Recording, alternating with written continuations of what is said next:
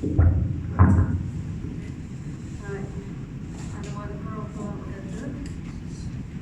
ramai kita boleh buat group discussion saja, ya. Kita buka lampu sampai belakang lah sebenarnya. So thank you for coming, yeah. Thank you for making time. This is actually an important session, yeah, sebenarnya for everyone, yeah. Not only to the academics, to the staff, and especially to the students, yeah. So we welcome today Dr. Edri, yeah, Edri. You kan baik Dr. Hafiz kan? Kenal ke Dr. Hafiz? Ya, Dr. Hafiz. Currently Dr. Edri ni my student, sampai anda tak ingat lah, ya. Student zaman dulu mengajar 2006, ya. So I have no recollection at all. Apa benda belajar apa tak ingat, ya. But he is of course from the medical faculty lah, ya. So thank you Farah for actually organizing this. Do not know whether this is a good time to do this, yeah? But hopefully those of you who are here, you actually pass on the information, yeah? To the others, to the staff, and especially to your students that you're teaching, right? So perhaps it's much better to do this now because we get to know new things, kan? Now, yeah. Things like now even has changed. Instead of calling it an COVID, like 2019, it's now COVID, yeah, 19, yeah. And then perhaps if you have been reading the news, the incubation period is now is perhaps much more longer than we thought, yeah. So itu yang kita nak tahu from Dr. Edri, whether it's true, yeah. I don't know, yeah. So perhaps instead of just 8 to 10 days or 2 weeks we give, yeah. So it can carry out for 24 days, yeah. So that is what we have been reading in the news, yeah. So those are like perhaps what we can get from you, yeah. And then I would like for Dr. Farah to actually inform us of the general SOP, yeah, that the kuliah will follow, yeah, because we've not had this chance to do it properly, yeah. I've not actually looked at any in our group email, yeah. So perhaps you can brief us at the very end, yeah. And then also kita minta siapa lah nanti untuk baca doa untuk kita, ya, untuk selamat semuanya, ya. Alright, so I think I will not take up so much time. Thank you so much. Assalamualaikum.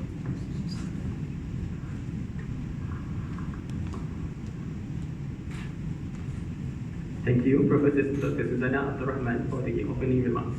Honorable guests, brothers and sisters, the recent novel coronavirus outbreak has taken the world by storm and raised global concern. The virus is known to be deadly and has currently claimed thousands of lives, especially in the region it originated from, Wuhan, China. It is most necessary for our community of health science academicians and students to be aware of the virus and its current development. Hence, without further ado, I would like to invite our respectable speaker for today's event, Assistant Professor Dr. Edri Muhammad Aidin from Kuliah of Medicine, to deliver his talk. Honorable guests, brothers and sisters, please welcome.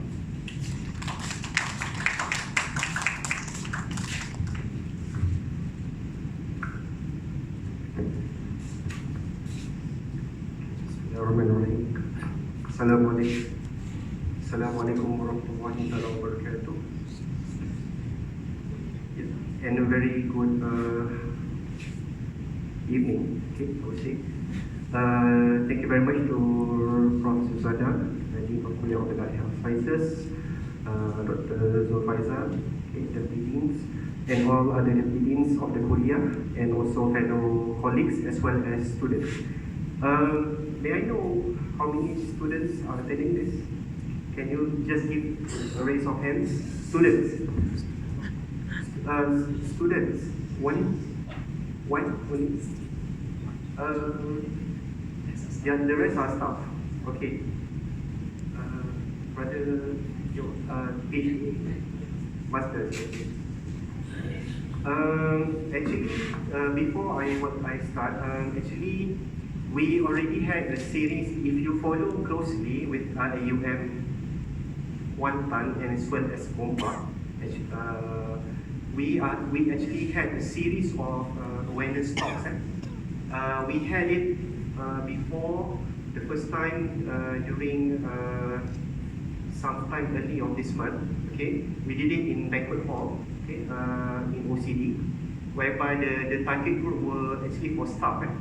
At that point of time, in Malaysia, we only had 8 cases, around 8 cases. Okay, now, okay, the current rate is about, if I'm not mistaken, it's about 22 cases. So already almost 3 times higher as compared during less than 1 month period.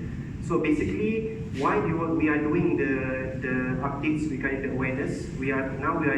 IIUM are targeting first is actually for the staff, because staff, especially healthcare workers, as well as lecturers themselves, we are actually considered as first liners or partly second liners. Because why? First liners will be the medical authorities for the symptomatic. The second line will be actually students coming to our kuliah. Okay, the most important history that we want to elicit from this disease is actually from where? The most important is actually getting the history of traveling. Traveling is very important, right, for this disease. So basically, we already have series of lectures as well as awareness talks. This will be, I think, the 4th or 5th already.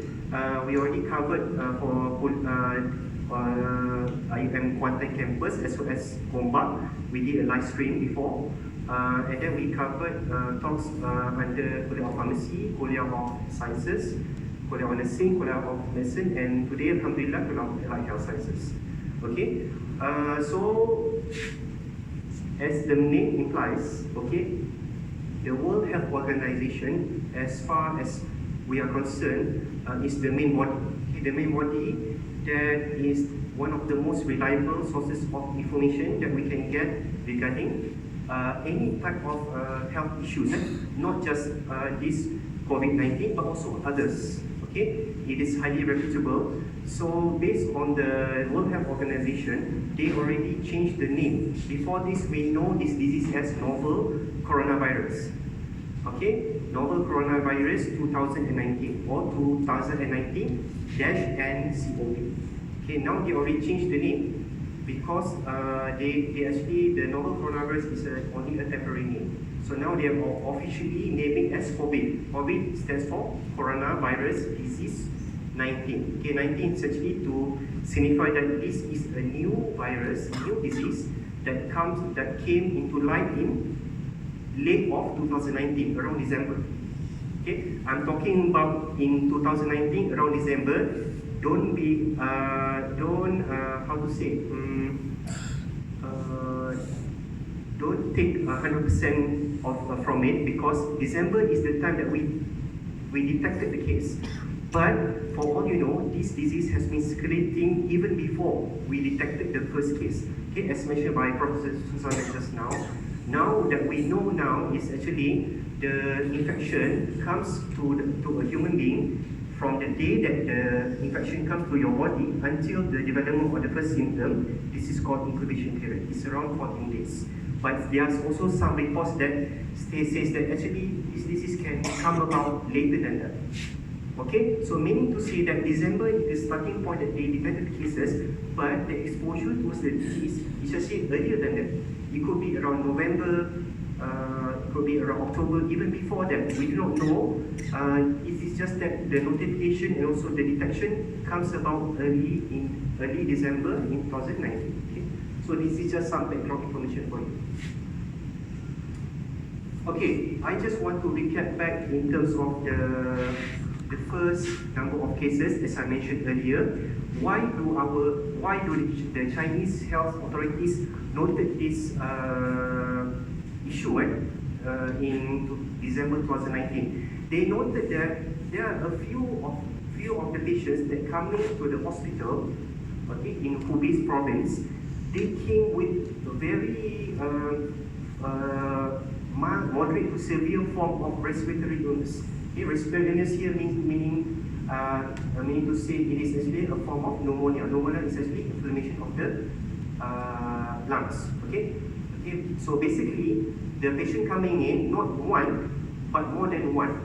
Okay, typically it is called a cluster of cases that when they send the they send testing to the lab. For example, they are taking the throat swab, they are taking the nasopharyngeal swab. Okay, all these tests turns out to be negative for other infections. For example, they are looking at the symptoms. For example, they are coming in with fever, cough, difficulty in breathing. They thought it was something like influenza. They thought it was something like SARS, okay, severe acute respiratory syndrome. They thought it was MERS-CoV, Middle East Respiratory Syndrome Coronavirus, COVID. But it turns out to be negative. It is a totally new virus. Okay, that is why this COVID is actually brings quite a scare, right? Quite a scare because nobody knows actually the natural history. Okay, natural history of the disease. I will touch a bit on this later. Okay, this is actually an overview of the latest data. This was taken actually yesterday. Okay, for your information, for general public, we have a few online databases, reliable online databases that we can refer in order for us to elicit or to take the latest number of cases and also death from COVID-19. Okay, this is one of them. Okay, the site is called coronatracker.com. Okay, the sources are actually from reputable sources: WHO, CDC. CDC is the Center for Disease Control of US, as well as the Ministry of Health from other parts of the country that is affected by this coronavirus, including Malaysia. Okay, as you can see, yesterday alone, we had a total of around 71,899 cases total. Out of this, about 2 to 3% or nearly 4% of them died because of the disease, about 1,700. Today, if I'm not mistaken, the number of deaths only reached around, 1,870. It's around that, 1,800. Meaning to say, if you look at this graph, the number of cases actually are steadily increasing. But I think especially for academicians, an increase in number of cases does not mean increasing number of infection. It could mean increasing number of detection of the disease.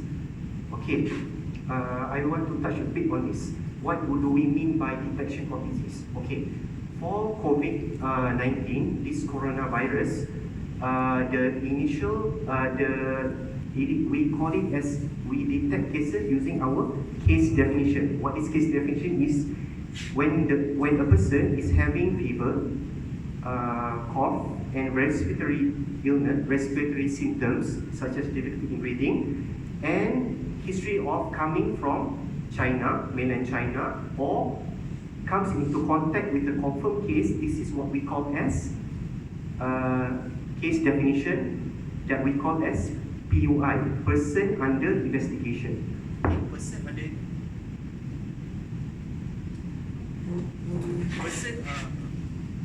Person under investigation is the person that is we suspect highly of having the disease, having COVID-19, but has not been confirmed yet to have COVID-19 because no test or the test results are still pending. Okay, as of now, there are a few modalities, but the gold standard or the choice of detection is through, PCR, right? PCR, polymerase chain reaction. Yeah? They are detecting the virus using PCR. So, meaning to say that the number of cases that you can see here is only the tip of the iceberg. That's what I'm trying to tell. The tip of the iceberg, because there are potentially a lot of other cases not being detected. However, Okay, it's okay. So there, so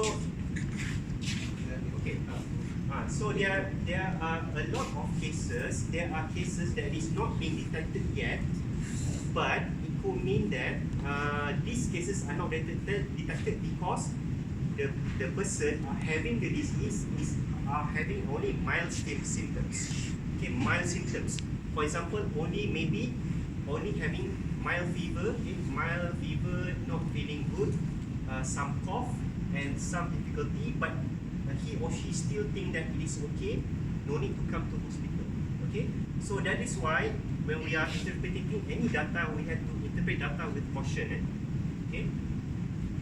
Okay, that is about the number of cases. Number of cases. The another term or condition that we need to look for is the death rate, mortality rate. Another word for it is mortality rate. This is the graph here shows that the mortality rate is around 2 to 3%. Okay, if you read literatures, if you read the current guidelines or current updates in this COVID-19, some argue regarding the number of deaths. They say that actually the death rate is actually higher than 2 to 3%. It's some calculated to be around 4%, 6%. Why? Because they calculated 2 to 3% is when they take the number of deaths over number of cases, total number of cases. They didn't exclude those who already recovered from the disease. Okay, recovered here means that are free from the disease. So therefore, when we deal with any public health data, we need to take into account not just the data but also to the community itself. Right? We look at the bigger picture. Okay, so the thing about COVID-19 is that the information is keep on changing, keep on evolving. So that's why it's important, like Prof mentioned just now, to update our information. Okay, so basically, WHO, even our own Ministry of Health, we already have a certain guideline, certain procedures for us to detect the cases. So basically, for Malaysia, we usually follow the recommendation by WHO, but also take into account our government policies regarding travel. Okay, I will touch on this later on also. Okay, so situation in Malaysia. So Alhamdulillah, so far we do not have any reported number of deaths. Okay, reported number of deaths. The total number is around 222. Out of 222 is around one third recovered from the nearly 1/3 of the cases recovered from the disease. Basically, what do I mean by recovered? It means that when they test the patient, okay, or the person exposed after 14 days, it is negative for the negative PCR detection of the virus. Okay, so basically that's called free from the disease, and clinically also the patient or the person is recovering from the symptoms. Okay, that's a good thing about COVID-19. The mortality rate is not as high as SARS. Yes, SARS. It's not as high as MERS-CoV. It's not as high as Ebola. You know Ebola? Okay, all these things, Ebola, SARS, we call it as a public health emergency of international concern. Okay, if you follow the updates, we call it as public health emergency. It's because it can spread quick and it can cause death quick as well. But for this COVID-19, the person that involved or that mostly involved in this infection is mostly around above 50s, and those who are having these comorbidities, other diseases. For example, these chronic diseases. I will touch on this later on, right? Okay, so as what the Director General of WHO has stated, this disease is really interesting in the sense that it causes how to say it? It causes various impacts towards the way that we look at things. For example, we might look might stigmatize the situation. So therefore, he correctly mentioned that it is not time for stigma, it is time for facts. Facts, and also it is not the time to spread the rumors. So therefore, we need to gain more knowledge, and hopefully we can end this pandemic and end this situation much quickly as we hope. Right? Okay, so that's a general overview of the COVID-19. You get the idea how the impact, the burden of disease. So now we are going more specifically towards the disease itself. Virology. Okay, what is the virus itself? What is our enemy? Our enemy. Who is our enemy? And how does it infect humans? And how to prevent it? Okay, so me as a public health physician, as well as my area is in epidemiology, we focus on detecting diseases and doing prevention and control at ground level. Okay, so basically that's my main area. Alright. So basically, what are we dealing with? Hello, test. Okay, what are we dealing with? We are dealing with a type of virus. Virus. Okay, virus. Hello. Okay, I just want to ask, among the lecturers who are in the microbiology field, any microbiologists or laboratory technologists? Anybody? Biomedical, right? I think it's under biomedical. Yeah, biomedical program. Okay.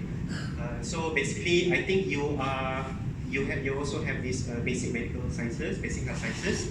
You might be familiar with the nature of viruses.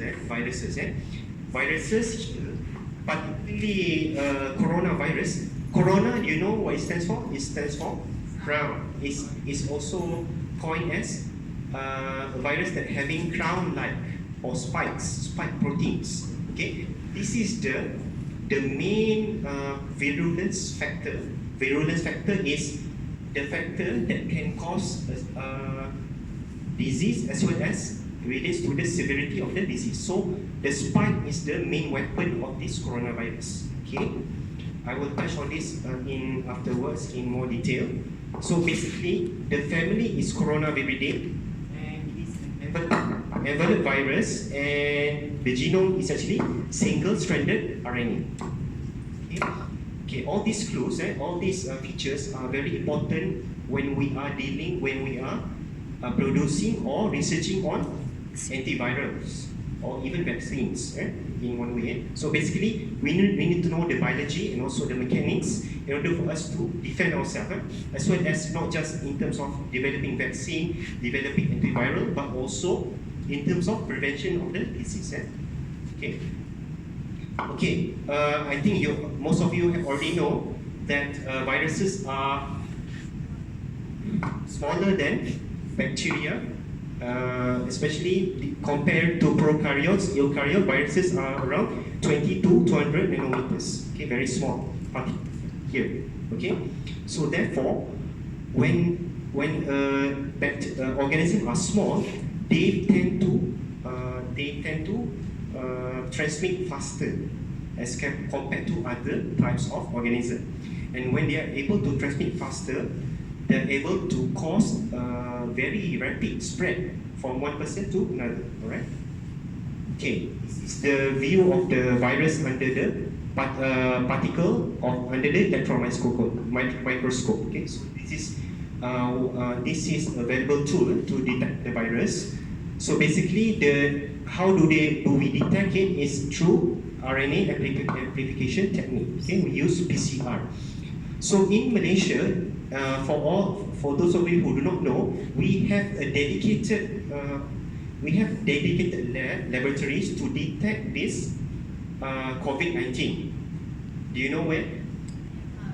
Sorry? Okay, IMR is the main Institute for Medical Research. Is the main laboratory that is equipped with this, and also gazetted, and also have been reviewed or been recognized by WHO, and we also have the National Public Health Laboratory, and in Malay it's called MKAK, Makmal Kesihatan Awam Kebangsaan. Okay, we also have this. Apart from that, some hospitals also do have the PCR or the test to run. Okay, for example, do you know where? Anybody? Hospital? Sungai Buloh, yeah, correct. Sungai Buloh, one of it. There are others as well. Sungai Buloh, because Sungai Buloh, if I'm not mistaken, up until now, it is still a referral center for ID, infectious diseases. For your information, during the Ebola, do you know the Ebola outbreak? Ebola outbreak in Sierra Leone, okay, in Africa. The first place for preparation for simulation, outbreak simulation, they conducted in Sungai Buloh, okay? Because at that point of time, the spearhead is actually Dr. Christopher Lee. He is the consultant ID decision. So basically, Sungai Buloh is the referral center for ID. That's why it is one of the most important place for them to have this equipment, because if anything happen, this hospital is the place for them to get the reliable sources and the consultation. We in Pahang, we have what we call as referral center and tertiary and screening center. Okay, there's a different thing regarding referral hospital and also screening hospital. Referral hospital is HTA, Tengku Ampun Afsan Hospital. Referral center such as HTA is the place where if a person is fulfill the criteria for COVID-19, he or she will be referred to HTA. Okay, that's number one. Number two, if there is a patient that comes to other 3 hospitals, for example, in Hospital Sultan Ahmad Shah, Hoshas in Temelong, in Kuala Lipis, Hospital Lipis, as well as HTA alone. Also, 3 of the hospitals is also called screening hospital. Screening hospital means that if he or she is considered to be under investigation for COVID-19, he or she will be referred straight to HTA. So meaning to say, isolation of the patient, treatment is being done in HTA only. Okay, the other hospital are only referring to HTA. Because why do we do this? Is because we want to limit the spread. Okay, limit the spread of the disease. Okay, HTA, our hospital here, we have the infectious disease physician, the consultant for ID. Okay, Dr. Zawani. So she is the person in charge of anything related to the clinical or the patient themselves. So that's a bit about the hospital background of the disease. Okay, coming back to the coronavirus. We know now that the weapon that they have is actually the spike protein. And where do they come from? I think most of you have already learned or read in the news, in the journals, in our Ministry of Health press conferences, that initially the disease actually came from animals. Okay, there's one market, I think you all know, KUANTAN, the famous KUANTAN Sea Market. They noted that this market contains exotic animals, that can be the reservoir or that can be the source of the infection, because people that tend to eat or comes into contact with these animals and subsequently gets the disease. That was the initial phase of the disease. This is what we call as spillover effect. Spillover here means that naturally the infection or the virus comes actually inside the animals, but it jumps to the human. This is what we call as spillover. Okay, it is not really, it is not purposely, but it is accidentally. So this is what we call as spillover effect. Okay, one of it is called spillover effect. Okay, I think Dr. Arifin, did he give the talk already in terms of the coronavirus surveillance in bats? Do you know that? Already done? Not sure. Huh? Outside. Okay, so I think that's another interesting talk. Okay, basically, I myself, I'm involved in human public health, human. So Dr. Arifin is one person who are involved in the animal aspect. So basically, we are involving one health concept here: animal, human, and also environment. So these three are interrelated, very important. So basically, they are doing the apart from that, they are the veterinary, the vets, the wildlife department are doing surveillance in the animals. The humans are also doing the surveillance in humans regarding the diseases. Okay, this is actually the typical cycle of infection. If you see closely, there are actually three animals that is closely associated with the general coronavirus. Okay, this is actually there's a subfamily heading here. Under beta coronavirus, we have the SARS coronavirus, we have the MERS coronavirus, as well as the new one, okay, COVID-19. So basically, they postulated that MERS-CoV, the one that causing the disease, for people coming back from Mecca, comes into contact with camels, that is called MERS-CoV. Okay, in terms of, they also reported among shivets, also associated with coronavirus, as well as bats. Bats, the saliva, the bat themselves are carrying hundreds and thousands of viruses. Okay, so basically it depends on the species. I'm not the expert in that, but a very interesting area to look for. Basically, bats are a reservoir or the carriers towards these deadly infections. So we need to be very careful. Okay, this is what we call how animal jump to human is still unclear. The exact mechanism is still unclear.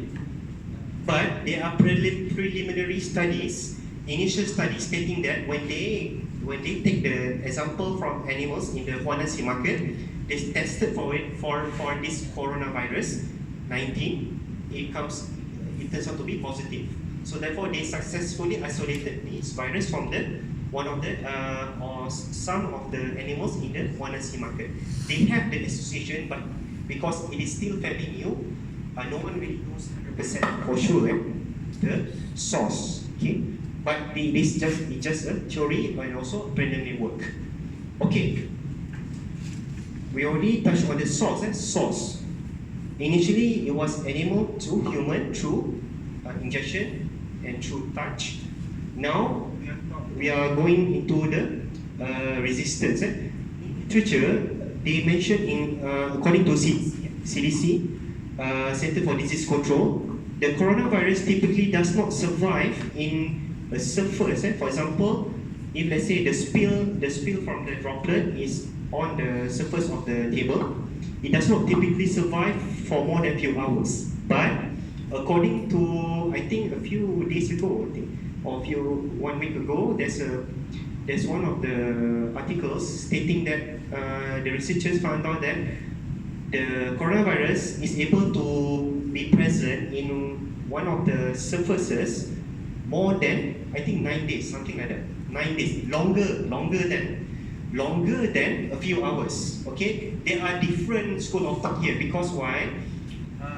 If you have a suitable condition for a virus or a bacteria to live, then the virus or bacteria will live longer. Okay, for example, maybe colder temperatures, there's nothing to inactivate or kill the virus. Okay, suitable pH environment. Okay, all these things. There are a lot of confounding factors. There are a lot of other factors that can increase or decrease the resistance of this bacteria. Okay, but typically, according to the preliminary rule, the coronavirus is able only to sustain on the surfaces at least a few hours. Okay, a few hours, and it is actually also sensitive to heat. Okay, according to the preliminary findings, it stated that around 56 degrees Celsius, if you keep the temperature 56 degrees up until 30 minutes, it is able to kill is enough to kill the virus. Okay, it's enough to kill the virus. Okay, so apart from killing the virus, we can also inactivate. Inactivate here means that we are able to prevent the virus from shedding, spreading, and also replicating. If we have about 75% alcohol solution, this is the mainstay. We are using the hand rub, for example, the alcohol based swabs. These chemicals are able to inactivate the virus. So that is why we emphasize again and again the importance of hand hygiene. Hand hygiene, very important. Hand hygiene. Okay, how about in humans? Just a quick recap on the history. Coronavirus has been for a long time actually, not just the current COVID-19, but also the other types. It can cause a normal common cold. Common cold is also one of the subspecies or the infection is called common cold. Also from the family of Coronaviridae. Okay, but this is the majority. Majority of people are having upper respiratory tract infection. Okay, basically harmless, self-limiting. The virus will deactivated, or the body will fight the virus and produce antibody. We are protected against it. Okay, and does not require antibiotics. So this is the difference between virus and also bacteria. Okay, bacteria we can kill off using antibiotics, but virus we can only limit or limit the replication using antivirals. But even so, each of the antiviral drugs are specific for certain subspecies or certain strains of viruses only. Okay, not to all. Okay, there is no one-size-fits-all medicine for viruses. Okay, that's what you need to know. Because why? Initial phase that we are in the panic. Okay, everybody wants to have the. You remember the influenza cluster, right, in the schools, right? Everybody wants to get the jab. Okay, so up until the private GPs, private clinics also does not have the stock for the influenza vaccine. So that's why with some knowledge we are able to know whether this is actually necessary or not, because most of the normal influenza viruses only produce common cold. Okay, it's not dangerous. Okay, but the most dangerous form of these viruses are actually those are attacking our respiratory system, our breathing system. Okay, for example, the SARS and also MERS as well as COVID-19. Okay, so as I mentioned earlier, the genetic profile for this COVID-19 is distinct. It's a new type of virus as compared to other coronaviruses. Okay, for example, MERS-CoV and also SARS. Different. So different here means that there is no specific antiviral or treatment for this COVID-19. Okay, so you need to know that. For now. Okay, so this is just the market shut down because of the source. Initially, it was from contact with the animals ingested as well as contact from the animals. Okay, this is what I mentioned earlier. In environmental samples, noted that they managed to get this novel coronavirus from the environment samples as well as the markers inside the exotic animals. Okay, in terms of the disease, for now, according to our current guideline, we are still keeping with the range of 2 days minimum and up until 14 days incubation period. Meaning to say that at this period of time, the person who are exposed or comes into close contact with the confirmed case or coming back from the mainland China or affected countries that have the positive cases, then we need to be very careful. We need to quarantine them. Quarantine here, there are two terminologies: quarantine and isolation. Quarantine is for those who are exposed, who comes into contact with this potential virus but does not have the symptom yet. Okay, does not have the symptom yet. We hope that at the end of the 14 days, the person do not have the symptoms, meaning to say that they do not have the infection. Okay, so this is what we aim for. Okay, if let's say in this 14 days, a person having the symptoms fulfill the criteria of having fever, having difficulty in breathing, and then coming from the affected countries, then automatically this person will be isolated to a different place, more specifically in the hospital that requires proper oxygen or ventilation or proper treatment and supportive management. So isolation is for those who are having the symptoms and fulfilling the criteria of person under investigation for coronavirus. So this is the difference between isolation and quarantine. Okay. So according to literatures,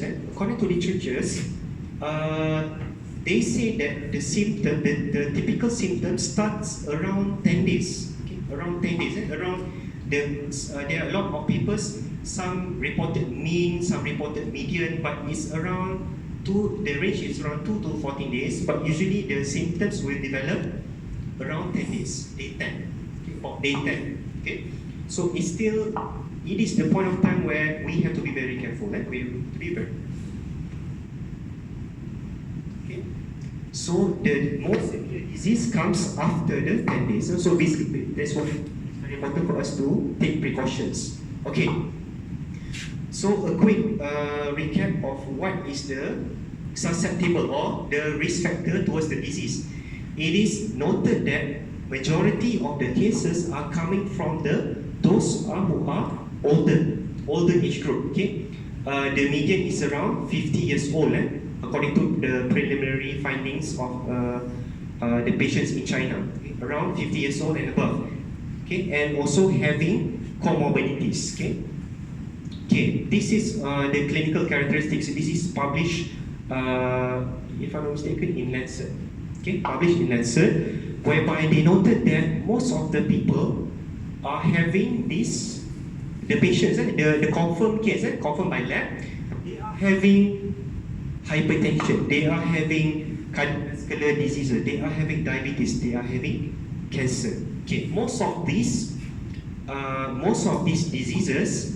The main idea behind it is that these chronic diseases is reducing the immunity, the ability for the body to fight the infection. Okay, the exact mechanism is still unknown, but anything that can affect your immune system, you are at higher risk to get the infection. So this is the theory behind it. Okay, all right. Because you might wondering, what is hypertension, high blood pressure? Why do the many people who are having high blood pressure also get disease? Okay, it might be because they are taking drugs, anti-hypertension or any drugs, or that can have them to have lower immunity, or they also have hypertension plus diabetes. Okay, diabetes, as you all know, is a disease that can cause lower immunity. Cancer also is a disease that can cause lower immunity, okay, especially cancer patients that is on chemotherapy, okay, giving the anti-cancer drugs. They are also at lower immunity. So this is the mainstay of the infection.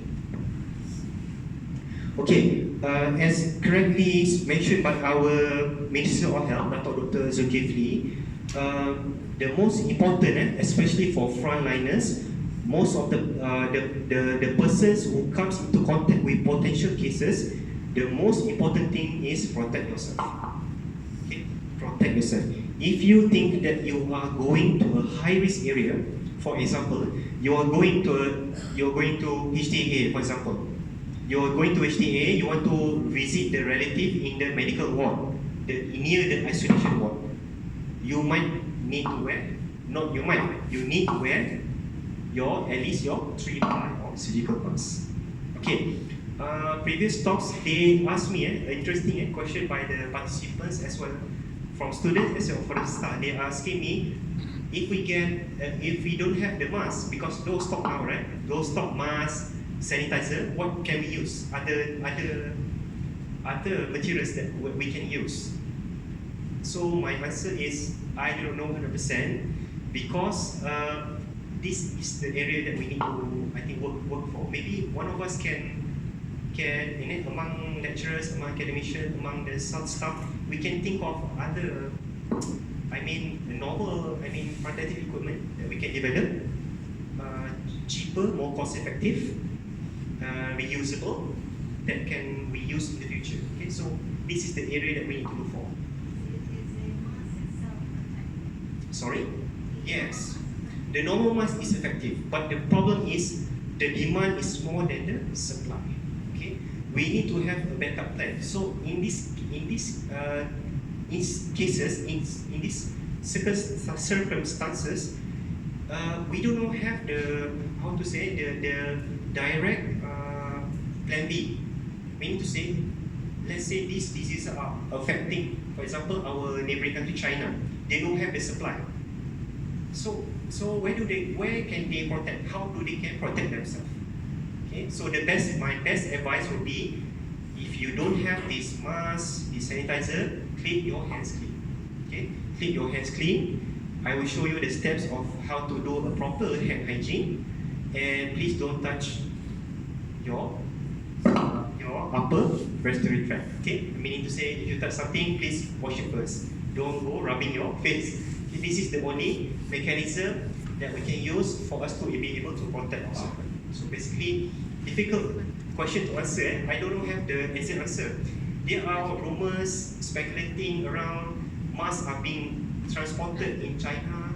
Even the masks supplying here in Malaysia, they are being transferred to China because they want more supply. I'm not sure. I myself not sure 100% what's going on. But the definite thing is the supply is lower than the demand. Okay, demand is increasing, so people are going into a frenzy buying this mask and also hand sanitizer. Okay, so these are the list of symptoms. As you look at the table here, the majority of the cases are actually having fever. Fever almost 100%. Okay, almost 100%. Next is feeling weak and also dry cough. The lowest is the least number of patients are presenting with abdominal pain. So actually a lot of symptoms, but the most important is actually fever, cough, as well as respiratory distress or difficulty in breathing. Okay, so if you are returning recent history or busy returning from mainland China, comes into close contact with someone, please go to the nearest medical center. Okay, I will show to you just brief algorithm on how do you want to screen yourself if you are a staff or a medical IIUM student. Okay, so I mentioned earlier why it is causing severe respiratory illness is because these spike proteins, okay, in these viruses, these spike proteins on the envelope of the virus tend to stick to the lining of the airway, respiratory tract, bronchus, bronchioles. Okay, so when they stick, they produce immune response, and when they produce immune response, the airway tends to constrict. When the airway tends to constrict, no oxygen transfer is being done. So therefore, the patient or the person will present with difficulty in breathing. So that's the mechanism behind this COVID-19. Okay, something. This is also an area for us to revisit. Why do I mention revisit? You will see a lot in the news, a lot in the social media, a lot in our reputable sources as well regarding the mode of transmission from one person to another person. Okay, initially I mentioned animal to human. Now it's confirmed to be human to human. Okay, but there is still some debate. Okay, there is still some debates regarding the exact mode of transmission. Okay, if you can see here, we have these three type of I call it as particles. Okay, particles. The first one is called large droplets. Okay, I can't remember the size. I can't remember. Microns is measured in microns. So large particles are able to transmit from when a person cough. Okay, especially can transmit up to 3 feet. This is called large droplet because it is heavy. It can only transfer. If I cough, it can only transfer up to 3 feet. This is what we call as large droplets. We also have a smaller droplet. This is called aerosol. Okay, aerosol can travel 1 to 6 feet. Okay, 1 meter is about how many feet? 3 feet. Okay. So according to standard, according to the current practices, you need to keep your distance minimum is about 1 meter. Okay, 1 meter. So therefore, the primary source of human to human that reported is large droplets. However, because this disease is still new, they are postulating that even they can be transmitted further away, okay, in the form of small droplets or aerosol, and as well as droplet nuclei is even smaller. This droplet nuclei can travel up until more than 200 feet away. Okay, 200 feet away. 200 feet away is around 60. That's right. Okay. So basically, that is why whatever it is, we need to protect ourselves. The concept is still the same. Whether it comes into big droplets, whether it comes in the form of small droplets, we still need to protect ourselves by our hand hygiene as well as our, if you have facial masks, as well as our hand sanitizers. Okay, so basically, it is still work in progress, but the confirmed thing is it can be transmitted human to human. Okay, I already touched on this. How does it spread? Okay, as mentioned, the last sentence here, we need to find the highest level of precaution. Okay, what do I mean by highest level of precaution is that some of you might be asking, should I use N95 mask? Do you know what is N95? Again, it is more uncomfortable. The white colored ones, it is able to filter the particles smaller. Okay, smaller. I can't remember the size. However, that is the N95 mask is made and also recommended only for those who comes into close contact with a confirmed COVID-19 case. For example, medical assistant doctors who are doing mouth-to-mouth, not mouth-to-mouth, not the resuscitation, the intubation. You want to protect the airway, we give ventilation using machine, right? We put the tube, right? The person that they are doing that needs to wear the N95. Okay? It is not for general public. It is not for general public. Okay? Even the cases of COVID-19, even the person or the medical team in the hospital also, if they are not direct contact with them, they are just wearing the 3-ply mask. It's sufficient for them to protect. Okay? So similarly with public, recently I went to the airport because one of my relatives visited one of my relatives sick. I noticed that a lot of people are wearing masks, and some are wearing masks inside out. Do you know? Inside out? Which one is which? The colored one outside or the colored one inside? Colored one outside. Huh? Colored one outside. Yes, that's the correct one, right? Colored one outside. Because why?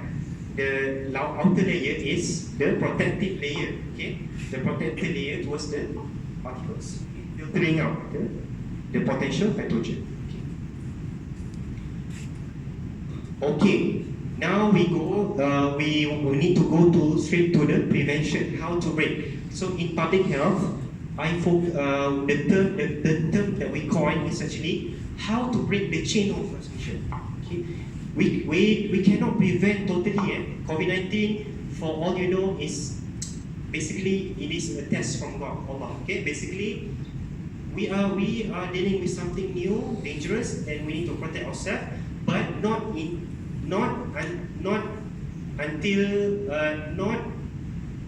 to be panicky and not to make silly mistakes. Okay, basically we need to become collected and know what do we need to do. So this is what we call as in public health, we call as breaking the chain of transmission. Okay, hopefully the virus can die off.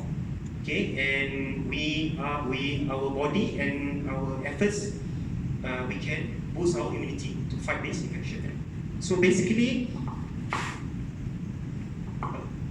back to basic hand hygiene. How do you want to do it?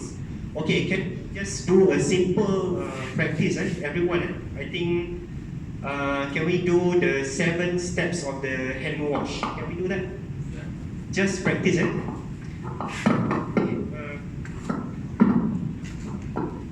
Yes.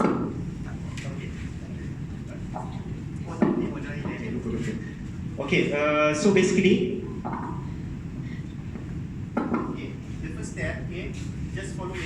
The first step is you need to run your water lah. Start off run your water from your sink. And firstly, just follow me. If you do not know, just rub your palms against one another. Okay, how many times? It's up to you. Sorry. It's up to you. Yeah, there's no high fast rule. Just rub your palms against one another. So that is considered the first step. Okay. Second step is rubbing against the dorsum of your hand. Right hand on your left. Okay. Rub it, and then change hands.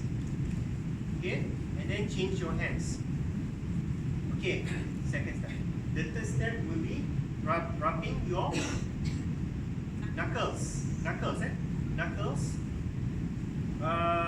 with your right hand on your left, and then change left to right. But okay, I forgot. Please take off your belongings, take off your rings. This can be a source of transmission of the infection. So please remove that first, lah. Okay, alright. Okay, and then the next step will be fingers.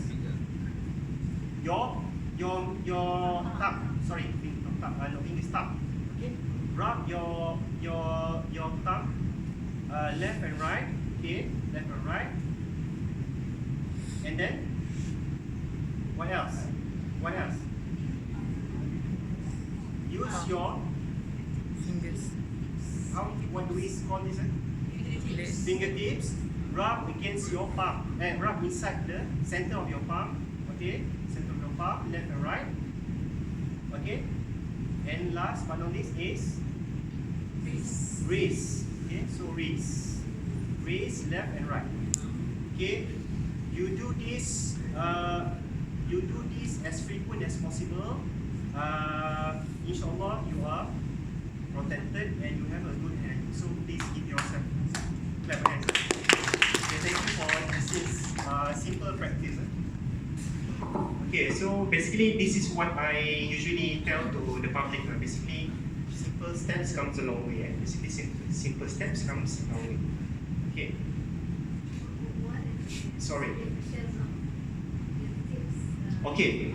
What is the significance of the tip, using the tip? Okay. If I'm not mistaken, I'm not sure. If I'm not mistaken, because when you rub your palms, if you notice, there will be a gap. You understand? There will be a small gap in between your palms.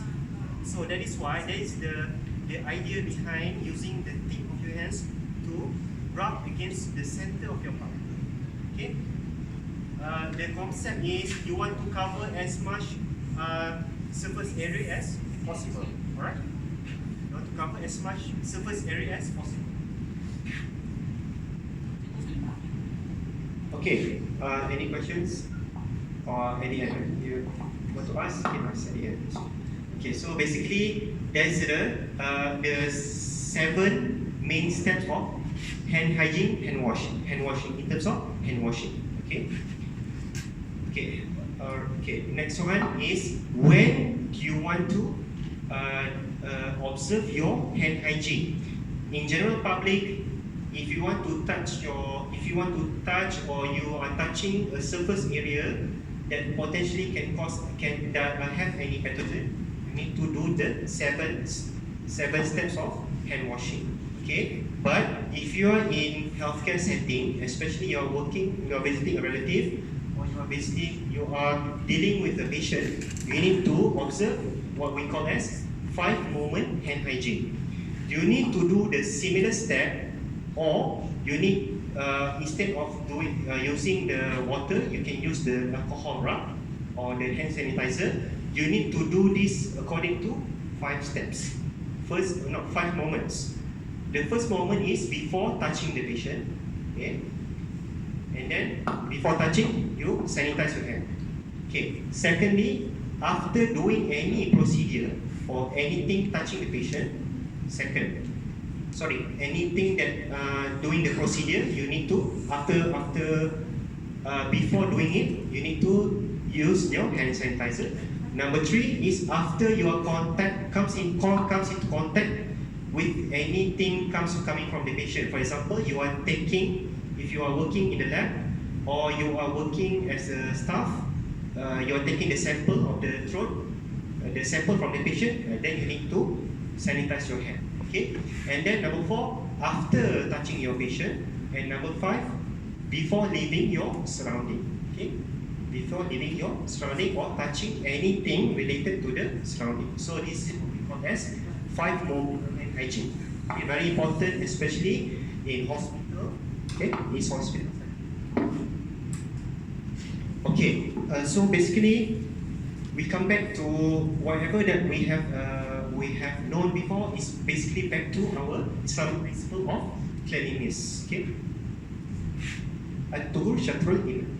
Okay, so basically we need to observe that cleanliness is part of our religion. So therefore, the simple steps are actually being part of our Islamic obligations. Okay, so therefore we are actually practicing what we preach. So that's the most important concept. Okay, safe distance about 1 meter. I already touched on this one. Make sure you're using the color coding. Okay, the colored surgical mask should be outside. The non-colored one should be inside. Okay, and make sure you seal when you wear the mask. You make sure that you seal off your close the bridge of your nose, because they have the what do you call it as to make sure it is on hold or tight. So make sure it is close on your bridge of your nose. We want to try to protect as much as possible in terms of the exposure towards your surrounding. So that's most important. Okay. Another important measure is, this is a very controversial issue. I think for students, just registering, right? There are some students are just recently registered for a new semester or new student coming from the affected countries. Actually, our Ministry of Health have already undergoing screening process in airports. So, however, this screening is the preliminary. We, as the university staff, we need to make necessary precautions. Okay? So therefore, we have our hospital, our clinics, as well as our surveys. We have conducted survey in UIA to detect if there is any potential cases that coming in. Okay, so I will touch on this a bit later.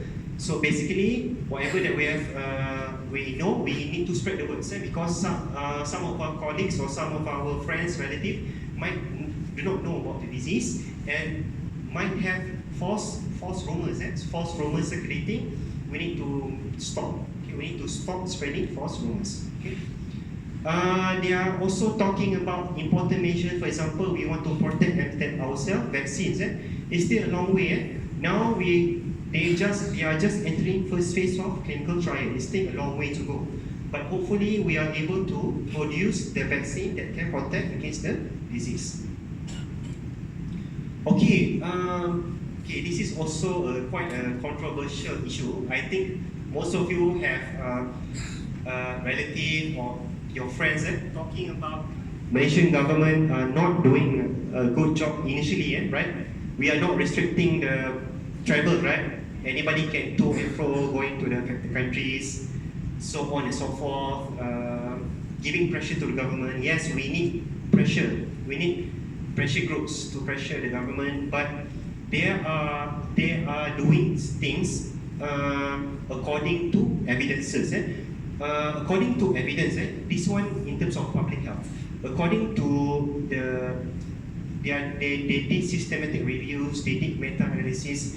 They found out that traveling, restricting travel alone is not effective in preventing the spread of these pandemic viruses. Okay? It's not 100% effective. Because why? There will still be number one person who do not have the symptom and who falsely say that they are coming from the affected country. For example, they are going through the route of, for example, they are going through ships. They are not using the conventional ways of traveling to one country, so maybe illegal things like that. So they are not actually telling the truth. So we might miss these cases. It's not 100% effective. There will still be people on the loose that have this infection. So therefore, it is not 100% effective, but it can help in mitigating the effects of the spread of the virus. Okay, it can help, but it is not 100% effective. Okay, but we have to comment and also give our due respect to the Chinese government, because even though there are rumors speculating that the Chinese officials are actually hiding the facts, right? They are stating that some of them are hiding. Actually, there are a lot of cases before there, but they are not reporting. It might be true, it might be not true, but the way that they lock down, because the source is from the epicenter of the China, the Hubei, right? They lock down the country. They are doing the most extreme measure in order for them to prevent the spread towards other countries. So they are doing actually a tremendous job, basically. So basically, they are saving one life in the hope that they are saving other lives as well. So basically, what they did is actually we have to comment. Okay, right? There's no room for stigmatization or racism in this issue. Okay, so coming back to the information, as I mentioned earlier, do not spread false rumors. Please rely on these sources, such as these reliable sources, such as our WHO, CDC, as well as our Ministry of Health regarding COVID-19. Okay, so the first part of prevention is what we call as primary prevention. We want to give health promotion. We want to take necessary precautions. The second part will be secondary prevention, which is what we call as early detection and prompt treatment. Okay, this is what I mentioned just now. We are doing thermal screening. Thermal screening, we want to detect potential cases of COVID-19 or other types of diseases that can present with fever. Okay, some people do not feel. They say that I don't have fever because for them feeling a bit feverish is nothing. So with this camera, they can detect abnormal temperatures, right? If I'm not mistaken, abnormal gradients of temperature. So they can detect if there's a red color one. They can detect certain signals that can signify, okay, we need to check his or her temperature. For all you know, the person who is talking, who says that not really feverish, turns out to have fever of 39 degrees Celsius. Okay, for all you know. So we need to have a proper objective measurement of the temperature. So that's what they are doing in KLIA for now. Okay. Yes. Can Actually, from somebody who's having normal flu, the usual Okay. flu, from perhaps those, Okay. yes. Okay. Okay. For those who are having the normal flu, it depends as well, because some of the people who are having the normal flu might not have fever, might not have the raise in the temperature above 37.5 or 38 degrees. Some of them just having cough and cold. So if they are having cough and cold, their body does not have a raised temperature, then the infrared or thermal scanner do not detect. So, but in the case of COVID-19, so far literature, as mentioned in the preliminary findings, 90% of them are having fever. Majority of them, almost all of them are having fever. So, those who are having this positive thermal detection in the airport, we need to say it is COVID-19 coming from the affected countries unless proven otherwise. This is the principle of when we deal with anything emergency. We need to exclude, we need to think that this is a COVID-19 unless proven otherwise. But Yes. can be shortness of breath. For common cold. Common cold usually no. So, but Common cold usually no. Yes. Yes. COVID. As I mentioned earlier, common cold, it can cause by coronavirus, it can cause by influenza virus, and some of them might have this difficulty in breathing. But the thing is, we need to exclude them.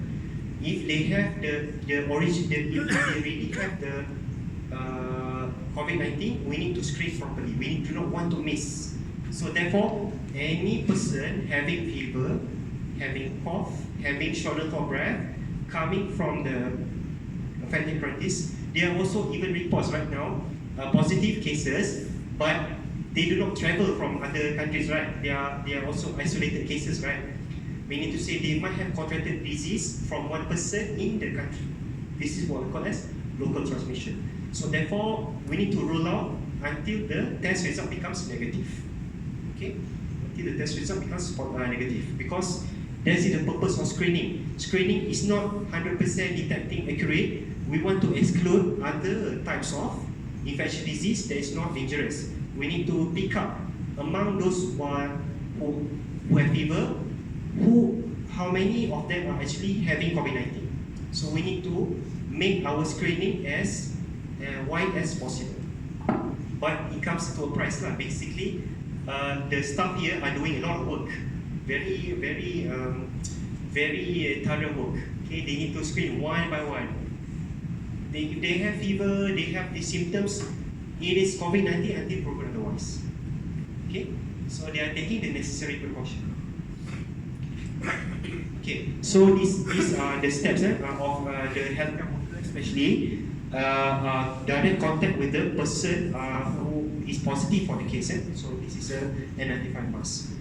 Okay, so basically in hospital also, if you notice, the healthcare staff are wearing the full safety gear, PPE, personal protective equipment. So they need to know one by one what is the donning, how to wear and how to take off, doffing. So this is the step that is taken by our hospital to keep up to date and also to keep on guard regarding disease. Okay, so what you have to do if you think you are affected by the 2019 SCOV or the new name COVID-19. So this is the current flow chart basically. This is flow chart from our IIUM KUANTAN campus, whereby we have the two main screening centers. Three. One is our family health clinic. Our clinic just opposite the hospital, the family health clinic. These are catered for screening for cases during office hours only.